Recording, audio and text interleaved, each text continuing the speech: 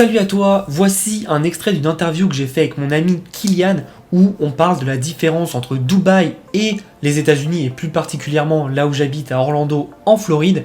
Et donc on parle des différences sur pas mal d'aspects.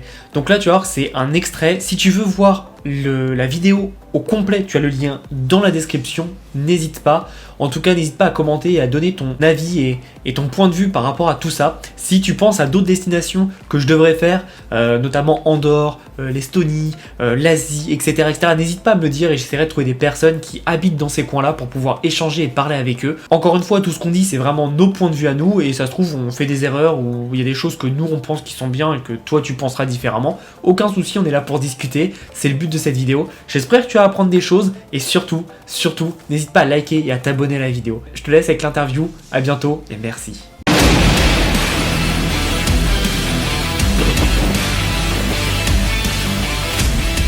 Du coup, ici, on va passer rapidement à cette fameuse fiscalité qui est, du coup, va plaire aux gens qui vont regarder cette vidéo. Donc, parle un peu rapidement, parce que bien évidemment, je le redis dans cette vidéo, même si vous savez, mais ni Thomas ni moi, on est des avocats fiscalistes, donc on va vraiment vous donner, voilà, pas du tout de détails Oh, c'est plus super facile. complets.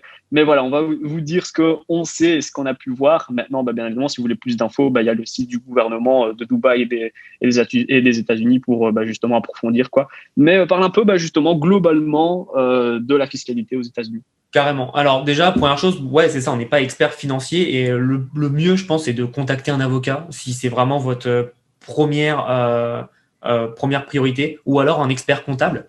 Nous, ce qu'on appelle ici, c'est un CPA. Donc voilà, c'est un expert. Moi, j'ai de la chance, j'ai trouvé un Français qui est CPA aux États-Unis, donc c'est parfait parce qu'il comprend les deux modèles. Donc c'est vraiment cool. Et la fiscalité, alors moi, je suis avec une LLC, je suis entre 21 et 26%. Ça dépend voilà, de mes bénéfices, encore une fois, ça dépend de pas mal de choses. C'est pas la plus optimale. Par contre, la LLC, c'était la plus facile à faire. Donc, c'est pour ça que j'ai fait ça. Donc, je suis entre 21 et 26% sur les bénéfices. Ce qu'il faut savoir, première chose, c'est que ça, c'est la Floride. En fait, beaucoup de gens pensent que les États-Unis, c'est un pays. Alors, oui, c'est un pays, mais vous devez penser les États-Unis comme l'Europe. C'est-à-dire que chaque État a sa fiscalité. Le Nouveau-Mexique, par exemple, au hasard, est à 0%. Le Texas, de mémoire, est à 8%. Le Delaware, vous le connaissez, il est à 0%. Mais le rêve de tout le monde, c'est la Californie. Californie, 55%. C'est le pire que la France. Hein. Enfin, non, c'est pas pire, c'est pareil. New York, c'est 44%. Donc voilà, encore une fois, il y a le rêve et la réalité. Et moi, pour moi, c'était quand même important. Oui, je vais aller aux États-Unis, mais si je peux avoir moins d'impôts qu'en France, on va jouer l'utile on va joindre l'utile à l'agréable. Et donc la Floride, en fait, il n'y a pas d'impôt techniquement, il n'y a pas d'impôt d'État ou très peu. Et c'est un impôt fédéral, donc c'est un impôt sur tout le pays. Donc c'est ce que tous les États payent dans leur partie des impôts. Donc moi, je suis entre 21 et 26%. Ça, c'est la première chose. Mais la deuxième chose qui est intéressante, c'est que c'est pas comme en France où j'ai mon entreprise, je paye mes bénéfices de l'entreprise, donc vlan, tu rinces, et après, tu te verses un salaire, donc sur ta fortune perso qui est de la richesse, hein, vlan, tu rinces aussi. Moi, en gros, mes bénéfices sont liés avec ma fortune personnelle, donc je paye qu'une fois 21%.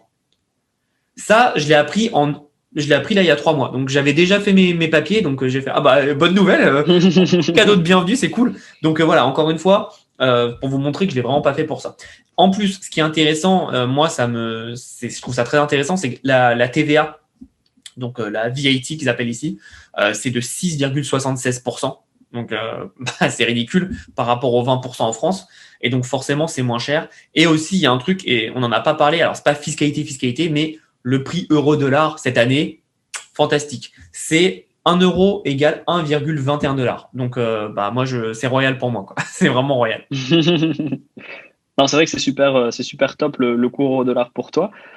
Pour moi, effectivement, pour les gens du coup qui n'avaient pas compris la blague de Thomas, je l'avais dit en off. Donc moi, j'ai une LLC aux États-Unis, au Nouveau-Mexico, qui est justement à 0%. Maintenant, ici à Dubaï, c'est simple, c'est 0% partout, donc 0% sur société, 0% sur revenus, 0% de partout.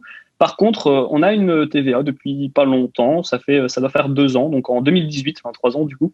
On a une TVA de 5%. Du coup, bien évidemment, ça reste rien du tout. Mais c'est quand même à souligner. Il y en a une depuis quelques temps maintenant. Et si pas, bah voilà, c'est 0% partout sur vos salaires, sur vos revenus, sur la société, etc., etc. Et bah ça, effectivement, c'est un bon point. Maintenant, bon, bah, je l'ai dit dans plusieurs vidéos et on va le redire encore une fois ici dans cette vidéo, il faut pas choisir un pays juste par sa fiscalité. Pourquoi? Bah, parce que c'est chouette d'aller vivre, bon, bah, par exemple, aux Philippines pour avoir 0%. Maintenant, bon, bah, si vous aimez pas la culture, si vous aimez pas la nourriture, que vous êtes malade à cause de la météo, et etc., etc., bon, bah, à un moment donné, les 0% ne valent pas vraiment le coup. Donc, choisissez d'abord un pays que vous, voilà, que vous aimez, de par sa culture, sa nourriture, etc., ou même, bah, voilà, un peu les critères que nous, on a choisi, Thomas et moi. Et ensuite, vous vous intéressez à la fiscalité. Mais ça ne doit pas vraiment être une priorité. Je suis sûr que Thomas, tu seras d'accord avec moi. Ouais, carrément. Et puis en plus, ce que je disais, c'est que là, moi, je dis que je suis à 21%, mais j'ai même pas regardé. Mais je suis sûr qu'il y a des moyens d'optimiser. Et c'est comme en France. Bien sûr.